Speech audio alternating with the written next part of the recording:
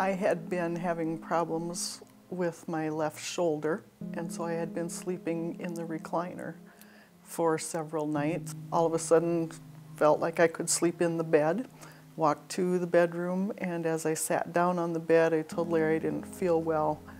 And just like that, I passed out, aspirated. When I got there, she was sweating a lot. She was on the floor next to her bed. Had to help her sit up and get some shoes on and get ready to go to the car.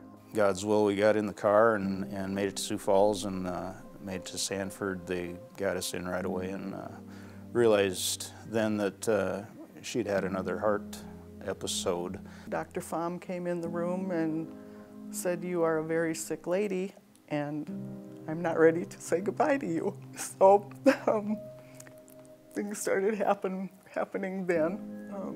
They made arrangements to get me flown to Minneapolis. Her heart function declined significantly, and she came in basically in shock from a heart attack.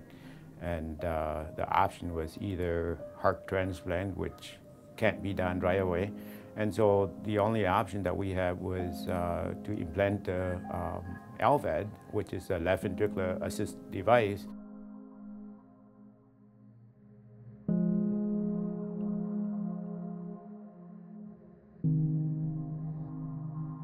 We brought the grandkids along and went and had a visit up there. And on Sunday, Mother's Day, Mom was sitting up in her chair. I can remember texting some friends and telling them that Mom was sitting up in a chair, so I thought that she was doing better and things were going really well. That Monday morning, she was very tired, more tired than she had been, and it came time for rounds. So the entire cardiology staff was around there, and as rounds came, I came into the room so that we could hear what the latest status was. So I was in there with all the cardiologists. I got the report from them, and they left the room. And just after they left the room, Mom started to code. Her heart stopped. She was in her bed.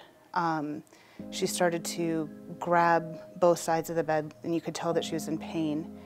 And she looked over at me and said, "Love you, Bets," and then her heart stopped.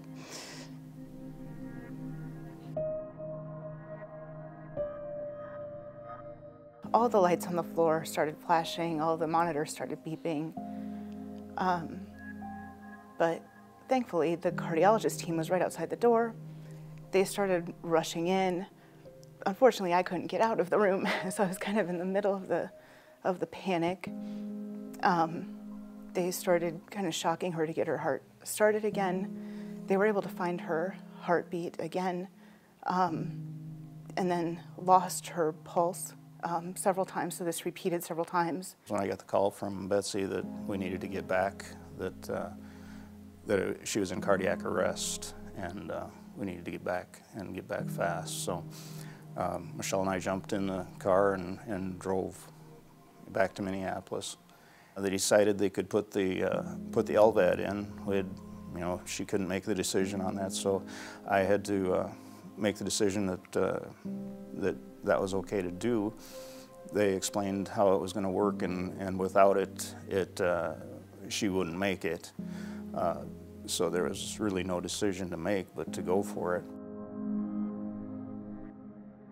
It was several weeks before I actually started coming around. And, they had to explain to me what had happened,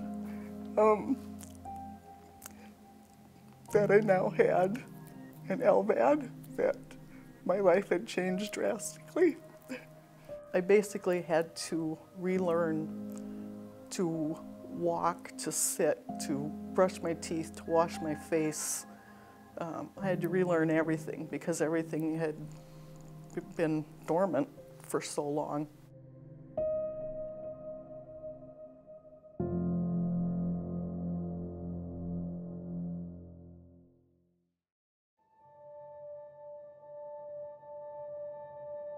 I got home on July 1st. We live in Lenox, South Dakota, and they have a 4th of July parade.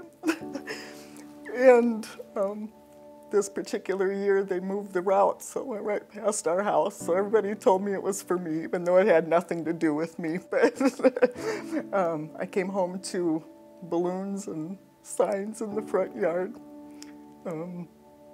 Came home to lots of hugs and kisses and prayers. We know full well why we live in small town South Dakota.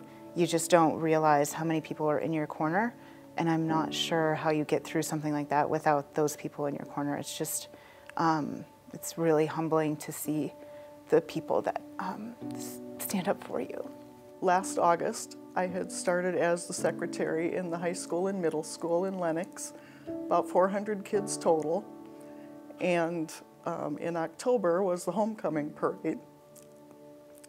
Michelle took me to the parade. We just sat along the street like everybody does, waved at the kids. All the school kids get out and walk through. As the homecoming royalty came around the corner, they were all riding in as couples in the back of pickups, and the pickup stopped right in front of me, and they all got out, gave me a hug, said they were glad to see me. Just made me feel appreciated. I think it's definitely been a bit of a wake-up call for us.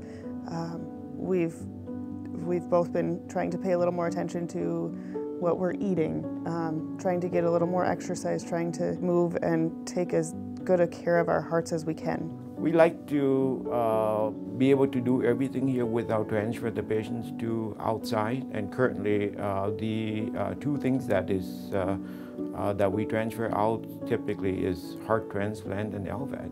Otherwise, as far as electrical parts of the heart, stenting, valve replacement, we have done quite an excellent job here in terms of bringing the cutting-edge technology. If my purpose in life is to get the LVADs here, that's perfect. That's, yeah. Yes, I'm so thankful for the care here, for the care in Minneapolis, for the American Heart Association awareness. Just thankful for everything God's provided for us. And I was just praying every day that we'd have another chance. And God did give us another chance. And a lot of times people don't get that second chance, and we did. I'm forever grateful.